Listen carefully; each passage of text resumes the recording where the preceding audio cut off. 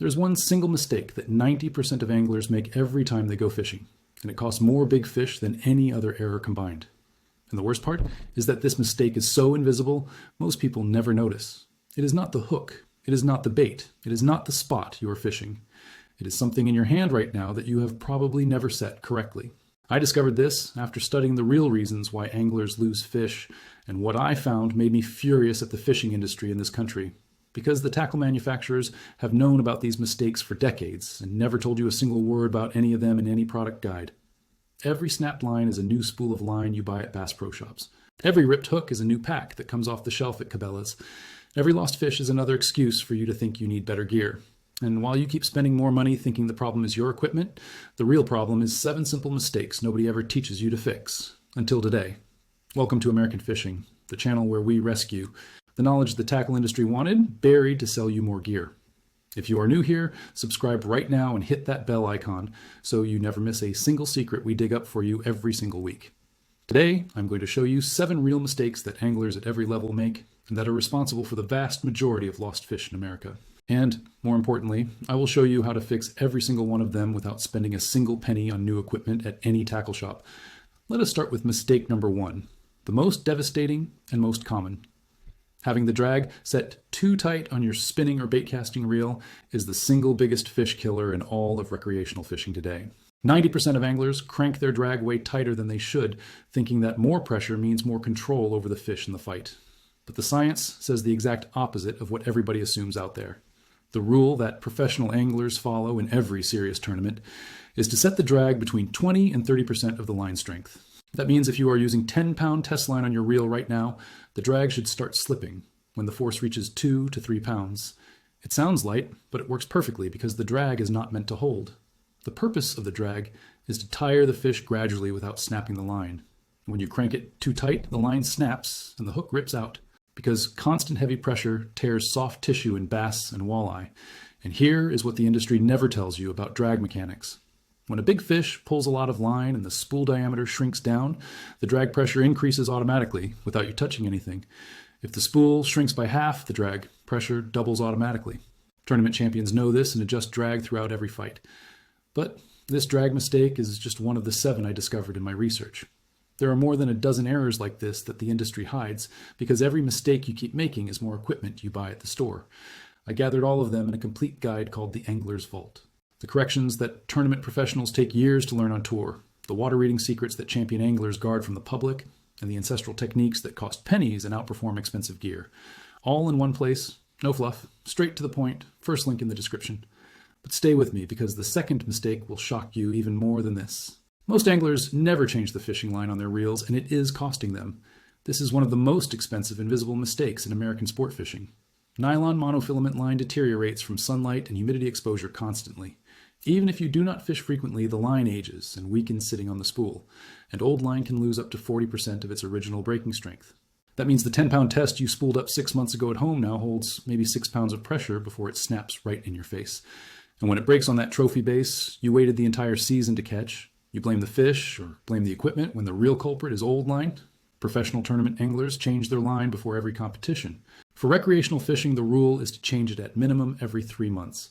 And if you do not fish often, you should change it even more frequently because line that sits unused coils into the shape of the spool over time. This creates what is called line memory, and it makes line come off in spirals. That memory reduces your casting distance and kills your sensitivity completely. You lose the ability to feel the bite, and you lose range on every cast. And the industry loves this mistake because old line snapping more often means you buy new line more frequently without ever questioning why it broke. Now comes the third mistake, and this is the most counterintuitive of all. Setting the hook too hard loses more fish than setting it too softly.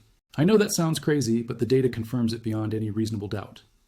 An article in the Fisherman magazine revealed that women frequently outfish men in mixed tournaments, and the reason behind it is genuinely surprising.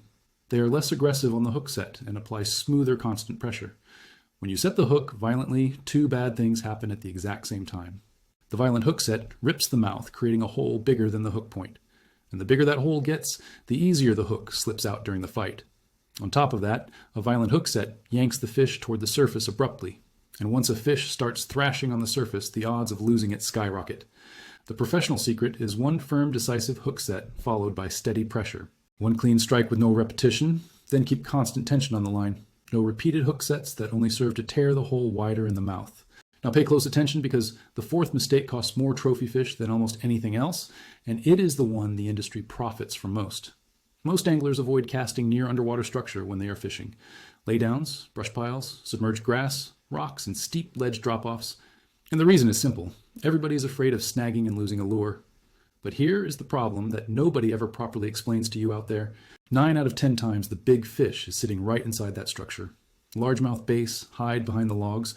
Walleye sit on the rocky points. Catfish hold in the deep ledges where current breaks and food accumulates.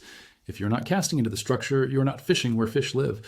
And when you lose a $15 crankbait snagged on a submerged tree, the industry celebrates because you're going to buy another one off the rack. The professional secret is using specific techniques to fish heavy cover without snagging, like weedless rigged soft plastics and Texas rigs. Techniques the old-timers mastered decades ago that tackle shops never teach, because if you learned to never snag, you would buy far fewer replacement lures. Now comes the fifth mistake that every angler has committed at least once: fishing the same spot every trip because it produced fish one time in the past. You caught that personal best bass on the stump in the middle of the cove, and now every single time you return, you cast at that same stump first thing. The data shows this is one of the most damaging habits in sport fishing today. The best spot in spring can be completely dead by fall or winter time. Fish move with temperature changes, barometric pressure shifts, and rain patterns. What worked last month may not work this week or even this time of year. Tournament champions never fish based on memories from previous trips out. They fish based on the current conditions of the water on that specific day. Temperature, wind direction, water clarity, lake level, and moon phase. And when you insist on the same spot out of nostalgia instead of reading signs, you are gambling with luck instead of using real knowledge to your advantage. Sixth mistake, and this one is so simple, it is almost embarrassing to admit. Most anglers never check the point of their hook before making a cast. A dull hook loses more trophy fish than any other technical problem out there, and the test is ridiculously easy to perform without any special equipment. Run the hook point across your thumbnail with light, gentle pressure on it. If the hook catches and scratches the nail, it is sharp and ready to fish. If the hook slides across without scratching, it is dull and will not penetrate. Professional anglers perform this test before every cast in competition. Before every single cast, not before every trip, before every single cast, because one single bump against a rock or a submerged log can dull the point. And when the hook is dull, the fish bites, you feel the strike, you set hard, and the hook slides right out because the point has zero penetrating power. And you sit there thinking the fish spit the bait when the real problem was a dull hook that could have been fixed in 5 seconds with a file. The industry sells hook sharpeners, but never teaches you the correct frequency. Because if they did, you would buy one sharpener and use the same hooks for months. Instead, you buy brand new packs of hooks every time you stop getting hookups. And now we arrive at the seventh and final mistake I saved for the end: fishing at the wrong time of day out of pure convenience and sleeping in late. Most anglers leave the house when it is comfortable, mid-morning usually, and fish until mid-afternoon when the sun is high and the heat gets brutal. But science has already proven that predator fish are most active during light changes. Dawn and dusk are the two peak feeding windows for aggressive predatory species.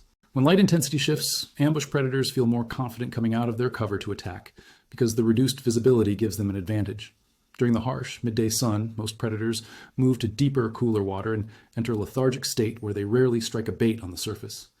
The old-time anglers on the Ozarks and on farm ponds across the South knew this. They left the house before sunrise and came back after sunset every single time. The modern industry convinced you that with the right gear you can fish anytime, but no gear on earth replaces being on the water when the fish are feeding. Now stop for a moment and think about everything you just learned in this video. 7 mistakes that 90% of anglers make every time they go fishing. Drag set too tight that snaps line and rips hooks out of the mouth of the fish. Old line that loses 40% of strength and breaks when it matters most. Violent hook sets that tear the mouth and increase odds of losing every fish. Avoiding structure where the fish actually live because you fear losing lures.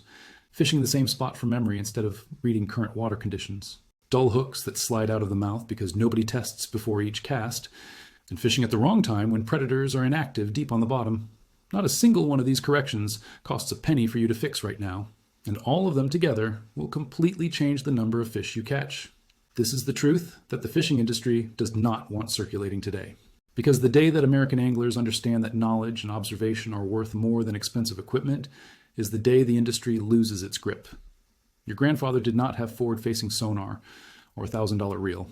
He had trained eyes, steady hands, and decades of patient observation on water, and he brought home more fish than most of us with all the technology available. And if you want to go even deeper on this path toward fishing independence, remember that the Angler's Vault is waiting in the first link in the description.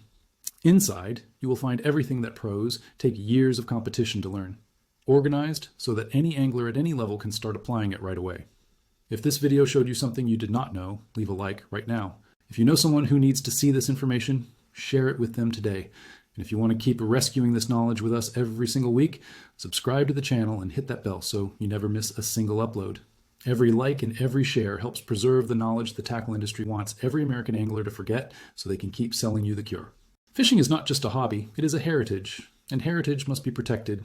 I will see you in the next video. Until then, tight lines and good fishing.